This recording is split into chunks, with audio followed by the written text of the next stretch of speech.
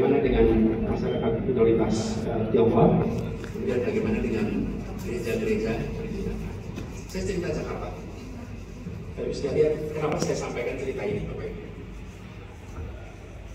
Bila saya mengatakan besok akan melakukan A, B, C, yang mengatakan tidak berubah bukti, yang mendengarkan tidak bisa membantah, karena akan itu imajinasi, akan itu hayalan, bukan kenyataan. Jadi saya bisa mengatakan akan apa saja, dan ibu juga tidak bisa yakin benar nggak yang dia kerjain. Dari mana bisa tahu? Jadi the best predictor of future behavior is your past behavior.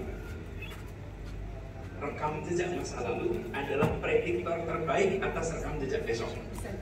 Bapak Ibu juga kalau merekrut orang itu kan ditanya kemarin sudah ngapain, apa yang Anda sudah hasilkan, apa prestasi Anda kemarin. Itulah yang menentukan kira-kira besok akan berprestasi apa. Tapi kalau ditanya besok akan ngapain, oh bisa ngarang Bapak Ibu, bisa ngarang. Jadi saya di sini saya akan sampaikan pada Ibu yang bukan ngarang Bapak Ibu, tapi yang konkret. Apa yang konkret itu? Contoh sekalian, di Jakarta komunitas Tionghoa itu memiliki aspirasi untuk bisa membangun kembali gerbang pecinan yang sudah tidak ada sejak zaman Jepang, dihancurkan oleh Jepang.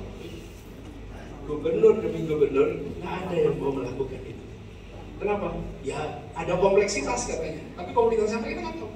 Tidak pernah bisa dikerjakan, tidak pernah bisa dikerjakan. Selalu mereka memiliki kesulitan. Lalu saya katakan apa masalahnya?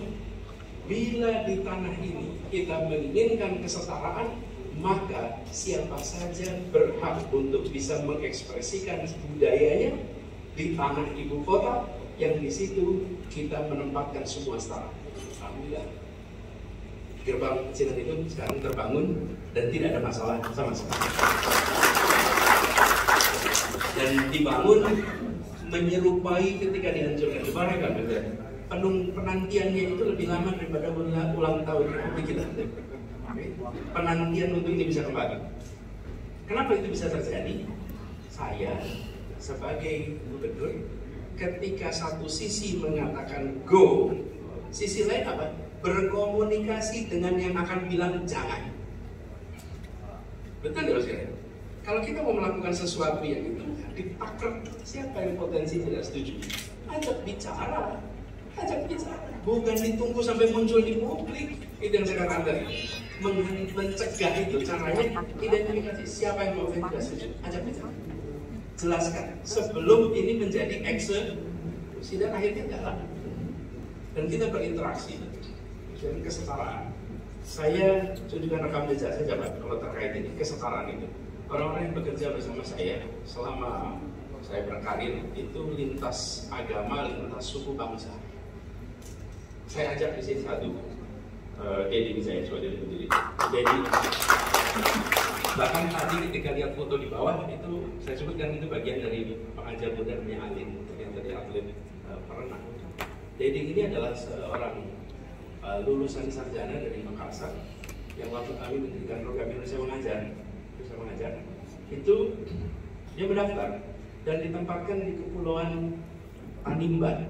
Kepulauan Tanimbar itu bawahnya Maluku, atasnya Darwin. Jadi tempatnya paling ujung-ujungnya Republik Tenggara itu namanya Tanimbar. Dia ditempatkan sana setahun, tinggal bersama dengan warga setempat tanpa sinyal listrik, tanpa sinyal telepon, tanpa listrik.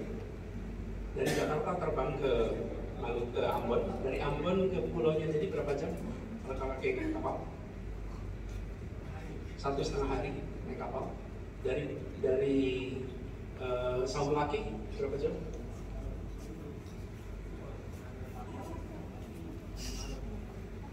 Bayangkan bisa ke pulau namanya Saulaki, dari Saulaki masih 1 malam lagi. Kemudian dia tinggal di sana 1 tahun. Setara kesempatan dari beda. Dia tugas sana tahun 2012 dan sesudah itu kami bekerja bersama terus sama-sama. Alin yang tadi saya ceritakan di sana, Pak, dia itu kami tempatkan di kepulauan maaf di Sulawesi Barat. Ini saya ingat kejadian. Alin datang ke saya, Pak Anies, boleh tidak saya bukan di sana? Kenapa? Karena seluruh penduduk di Majene itu penduduknya muslim semua, dan di pegunungan yang belum pernah ketemu orang agamanya bukan Islam. Lalu Alin ini secara fisikal langsung kelihatan dia adalah peranakan langsung. Dia berprestasi dari ITB, IPK-nya 3,8 lebih, tidak salah. Hebat karena ini. Dan mau menjadi guru selama 1 tahun di sana. Terus saya katakan pada Alin, berangkat saja. Percaya saya bahwa nanti di sana akan muncul interaksi yang paling mengesankan. Karena dia sempat ragu, datang ke sebuah tempat yang nggak pernah ketemu, dan warganya di sana, maaf, seluruh kulitnya warnanya agak sawo matang tua. Jadi dia ketika datang itu jengkeleng ya, gitu. Beda sekali. Apa yang terjadi Pak? Dia datang ke sana, warga di sana itu rapat. Rapatnya apa? Siapa keluarga yang mau menerima? Yang di sana juga sama-sama tertekan, bukan cuma yang mau datang, yang mau menerima juga. Ini gimana ini? Bermusyawarah, akhirnya ada satu keluarga yang menyatakan keluarga kami akan menerima, tinggal selama 1 tahun. Keluarga itu menerima. Dan ketika dia datang disambut, semua memberikan kepada dia privilege penghormatan, sampai karena tempatnya di gunung, di pegunungan, mereka menyiapkan giliran anak muda kalau hari Minggu mengantarkan Alin ke gereja. Sementara Alin jadi setiap minggu harus ke gereja. Kenapa? Karena dengan berada di sana, udah disiapin kendaraan, ya otomatis kita adalah satu kesatuan dan kemanapun kita jadi saudara. Tidak kemudian harus membedakan. Bahkan saya tidak pernah ceritakan ini sebenarnya, tapi karena saya ceritakan. Tahun lalu saya ke Papua, lalu saya mendatangi sebuah rumah yang juga gereja, karena di sana itu rumahnya gereja seperti ini. Dan bandingnya ada rumahnya pendeta, bawahnya gereja. Kenapa? Karena anak dari bapak pendeta itu seangkatan sama Dedi, itu mau kesana di Jogja, memang sangat multikultural dengan semua etnis, semua suku, kesetaraan itu menempel bersama.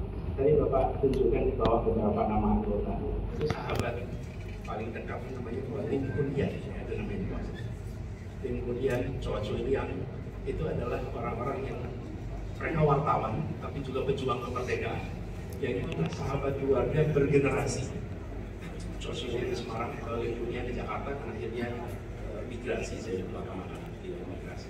Nah ini adalah satu kebersamaan yang bukan hal baru. Jadi saya melihat bila kita mengelola interaksi dengan perasaan dan kesadaran kesetaraan, itu terkait dengan ini.